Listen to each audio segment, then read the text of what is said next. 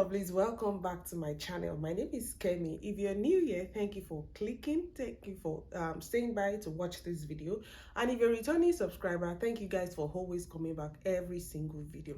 So in today's video, I'm just going to jump right into the business of the day, right? So today I'm going to be talking about, or rather we're going to be addressing a very serious issue. So I'm probably not going to be smiling. I don't know, I might not be able to, control it at times and then chip in a smile, but then this is a very serious matter. So now we want to talk about, as you can already tell from the title, we want to talk about scams, or some of those yes, let me just call it scams, or should I say fraud that you should be aware of in Canada.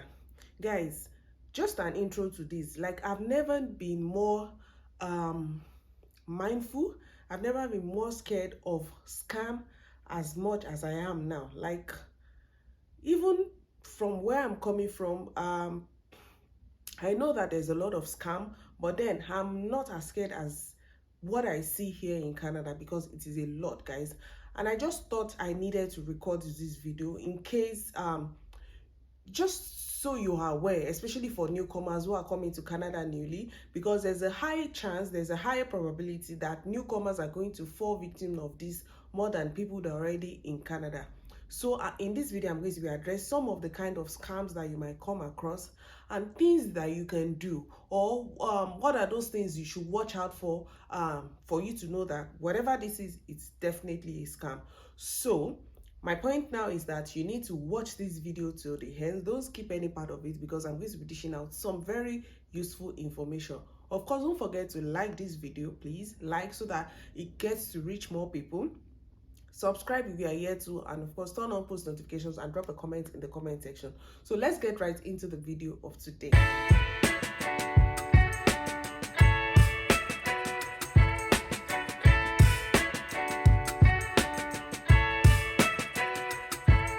The first type of scam I'm going to be talking about, and these scams I'm going to be giving you examples. So I'm not just going to be saying the name and what you might expect, but also I'm going to be giving you examples, because I've experienced my own fair share of these things, or these proposed scam, something that is supposed to turn out into a scam, right? So the first one I'm going to be talking about is phishing. Phishing is a kind of scam that mostly occurs through emails. So emails are sent either to clone. Most of these emails clone the original that is the real ones. Let me put it that way. For example, they clone the email of your bank, they clone the email of a popular recruiter, they clone the email of a popular employer, they clone the email of a popular, those things that are popular. They just clone the email, and then you get an email saying that, oh, so you have been chosen for so job, and then all you need to do, you get that kind of thing. So they are sending you an email, and if you are not careful, if you do not check, so I have found out that most times when you check, there's a way you can check to see where the email is actually coming from. And you can actually check from where the email is actually coming from, because they usually just write some random nonsense in the sender email. It's usually not like a valid email, right? So at the end of the day, most organizations have their emails ending in, for example, let me give an example. Let me say Amazon, linda.stone@amazon.co.uk. So usually their email, the domain, is that what it is called? The domain will usually end in the name of the organization. So if you are receiving an email that looks like it is actually the organization, but then when you check the sender of the email and you found out that it is something, maybe it's just a random name and random domain name, then that is the first flag you should be looking out for.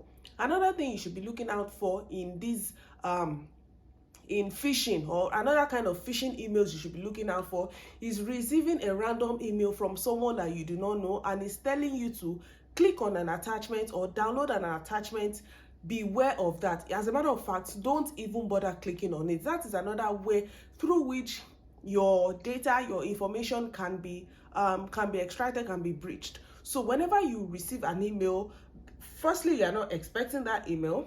The email looks like some kind of familiar one. The person sends you an email and kind of feigns that the person is familiar with you, and then is telling you to click on this link or follow this attachment. Beware, don't even bother.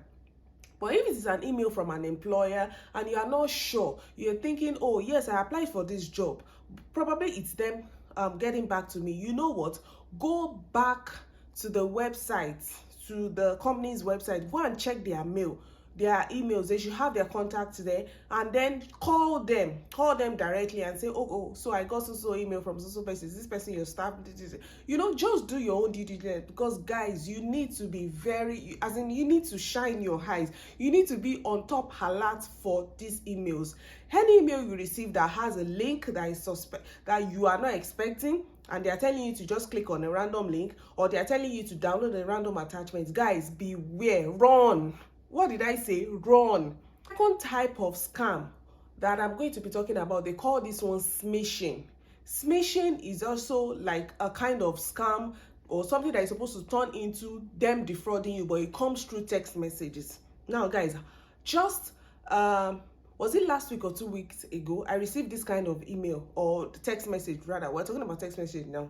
It was from, say, Canada Post, and telling me that my package or my good had been received, and then reply so to confirm receipt and all of that. First, I'm not expecting a package. You understand my point? First, I'm not expecting a package, and if at all I'm expecting a package, I believe that Canada Post should have like a number, a specific number, but then it was just like a random number that, you know, was from nowhere, and the message. So some of these things, right, we all have our own common sense. Sometimes we also have this nudging or something, you know, just tells us that no, this doesn't seem right. Firstly, you are not expecting a package from any delivery agent. If at all you are, I'm sure they probably have a way of reaching out to you via email, and then you can authenticate all of those process. But my point also is that another thing you should watch out for, guys, is that these people, they always find a way of making a mistake.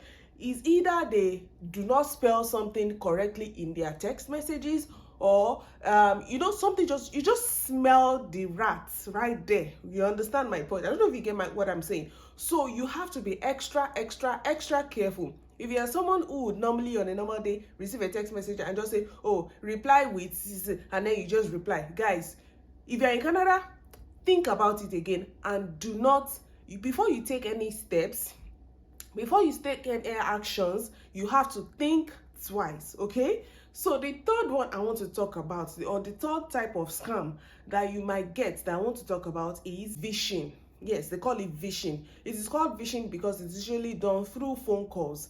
Once again, guys, just last week I received 3 calls in a day. 3 calls in a day from Amazon. Now it goes like, it's not even like someone talking.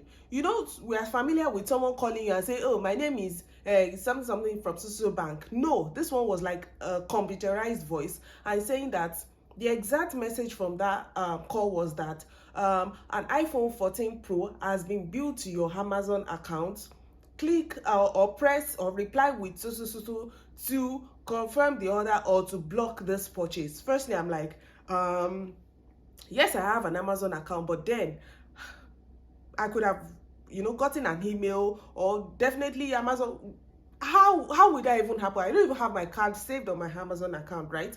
So what they are trying to tell you is that click on it, or rather reply with a message to either block this sale or confirm the sale. And I'm like, no, this is not my first time of buying something from Amazon. This is not the process. This is not how it works. By the way, the number was from, you know, when the number called, it was just like a random personal number, and it had the Winnipeg, Manitoba. And I'm like, no, Amazon won't even call. Amazon has never called me to confirm a purchase or to block a purchase, something like that. So this is like a red flag.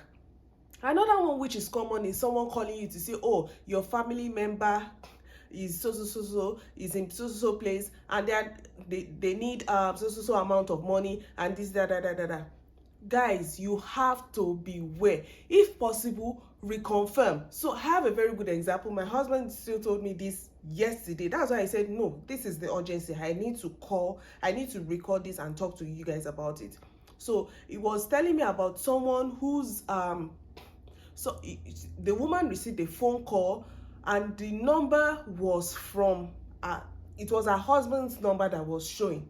And then on picking up the call, the person said, your husband hit so person with the car, and then insurance, you have to pay insurance and all of that kind of thing. My point is that it was a scam. And then she said, okay, I'm gonna call you back. And then when she called the number back, it was actually the husband that picked, not the person. So they also have a way of, I don't know how they do it. They also have a way of cloning numbers, someone's phone number. So you think it is someone you know that is actually behind the call. You know, so there are so many of them, phone calls telling you that, oh, you have won you participated in so draws, you won so.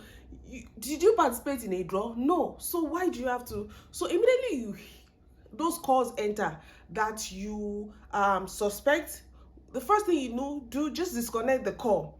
You understand my point? So that is another type of scam you should be beware of. You should beware of, right? Okay. First one I want to talk about is through fake websites, or yes, fake websites. Now let's talk about fake websites.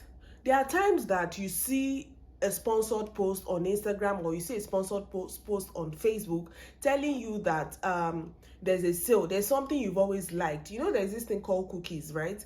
They see that you've been searching for something, and then there are these fraudsters too. So you have a sponsored post that say, oh, they are running a sale of a ridiculous price, right, on something or an item that you've always wanted. I'm saying this because I once fell victim of this before.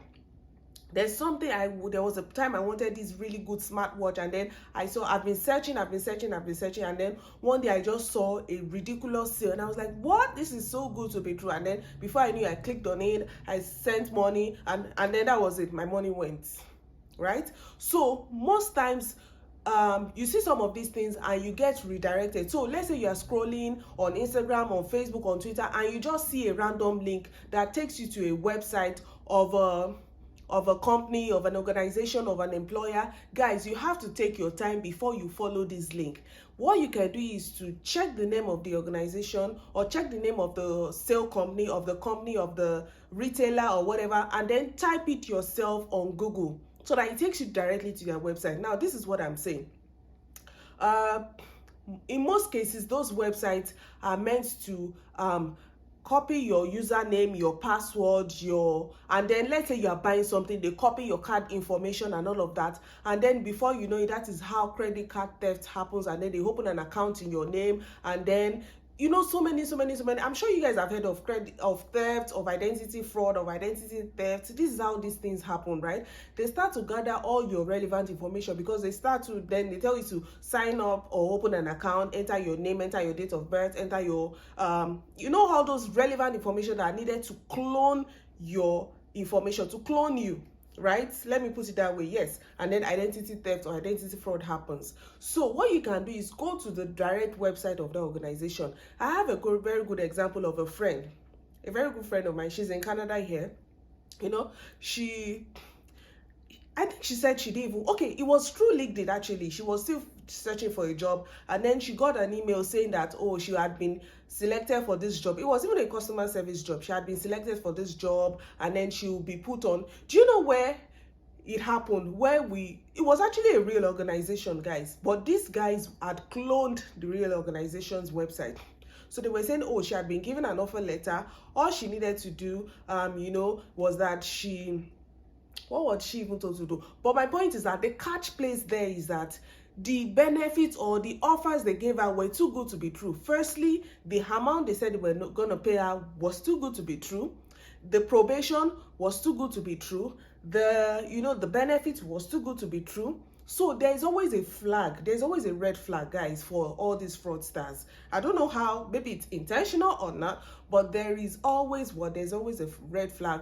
And then how she knew, it was just at the point of her saying, oh, she accepted, oh, the offer letter, she was good, and and then before she found out that it was actually the real organization then sent out an email that they found out that someone has been using their name to defraud people.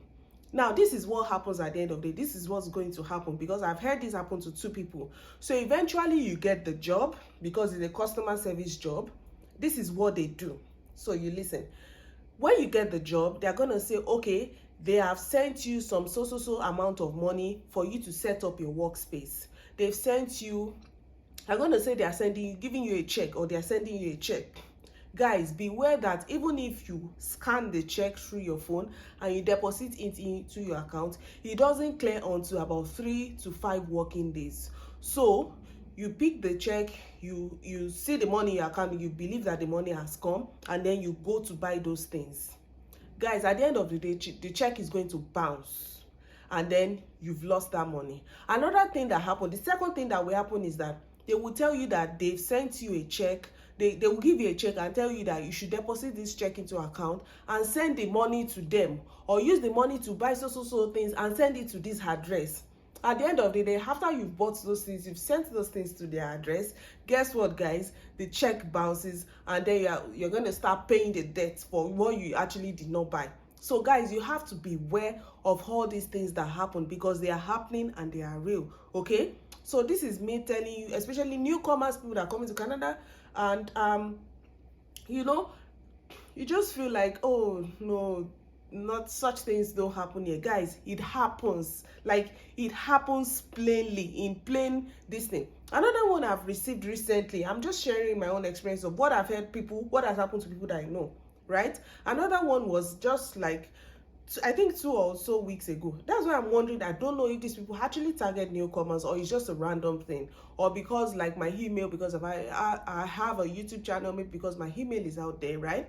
I got another one saying, so billionaire that opened an account in our bank, Sydney Bank, does not have someone to, it has a lot of, you know, money or a lot of this thing in our banks, and there's been no one to inherit. I was like, hello, I don't know this person. This person is not my family.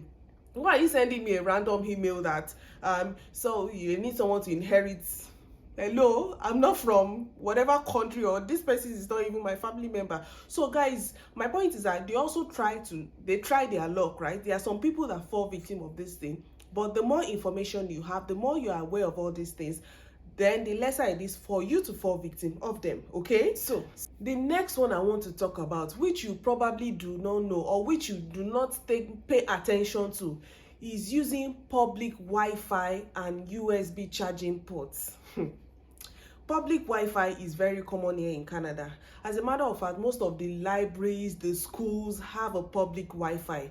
But the disadvantages of using public Wi-Fi is that if the organization, or if the provider of the Wi-Fi have not put in adequate security measures to guard against this kind of theft and website fraudsters and all these frauds, all these activities, right? Then people who use these things are going to fall victims. As a matter of fact, guys, if you want to log into a public Wi-Fi, or if you want to log into an open Wi-Fi, there's usually something that is written there that in most cases your information is shared.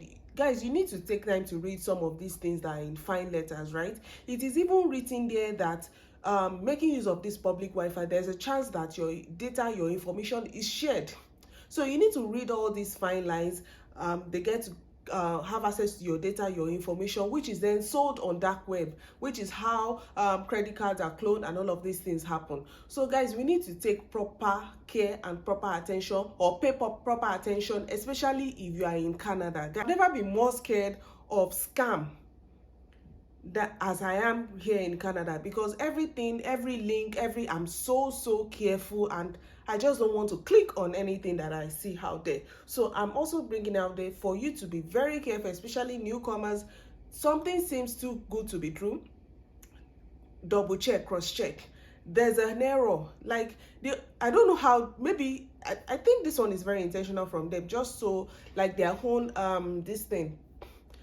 You find out that they, one way or the other, that's even if you're buying something, that's how you can recognize if it is a fake, if it's not the original, right? They have a spelling error, or there's usually something wrong. They are usually red flags. So this is for you now to pay attention, check again, double check before you click on those links, before you click on those attachments. If it's not something you're expecting, then check again. All right, so I hope this has been helpful to you. So if you are in Canada and you've ever fallen victim of scam, or if you've ever received any of the scam text messages or email or any way it comes, all right, please let us drop in the comment section so we can educate others also that are just coming, right? Guys, we need to be very careful and we need to be aware of this, okay? All right, guys, so thank you so much for watching. I hope you've enjoyed this video up to this point. If you're yet to subscribe, please, now is the time for you to subscribe. Please like this video, drop a comment in the comment section, and turn up your post notifications so that the next time a new video is up, you'll be alerted to it. So thank you so much for watching, guys. Until I see you again the next time, I say bye for now.